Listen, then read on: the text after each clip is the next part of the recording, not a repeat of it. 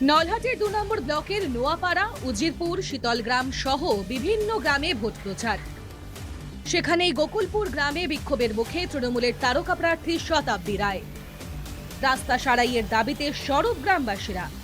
তাদের অভিযোগ, দীর্ঘদিন গ্রামের রাস্তা সারাই হয় না। হ্যাঁ, কি বলেন, কি সমস্যা রয়েছে আপনাদের গ্রামে?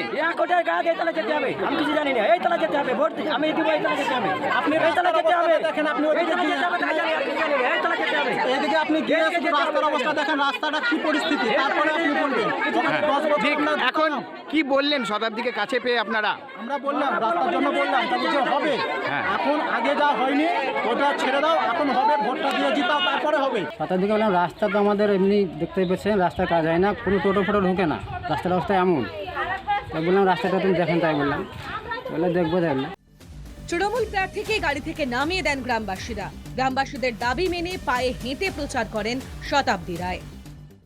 এখন যেটা সচেতন বললে 80 লক্ষ টাকা স্যাংশন হয়েছে। সেই 80 লক্ষ টাকা স্যাংশন হয়, তার মানে ইলেকশনের জন্য টেন্ডার বন্ধ থাকে, তারপরে তাদের এই রাস্তাটা হবে।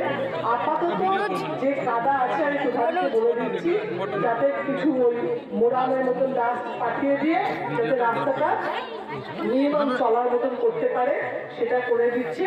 তারপরে যদি 80 লক্ষ টাকা স্যাংশন হয়ে থাকে, তাহলে সেটা নিশ্চয়ই আগামী দিনকে ইলেকশনের পরে। রাস্তা সারাইয়ের আশ্বাস দিয়েছেন শতাব্দী। তারপরই বিক্ষোভ তুলে নেন গ্রামবাসীদের একাংশ। বীরভূম থেকে অঞ্জন দের রিপোর্ট, এনকেটিভি বাংলা।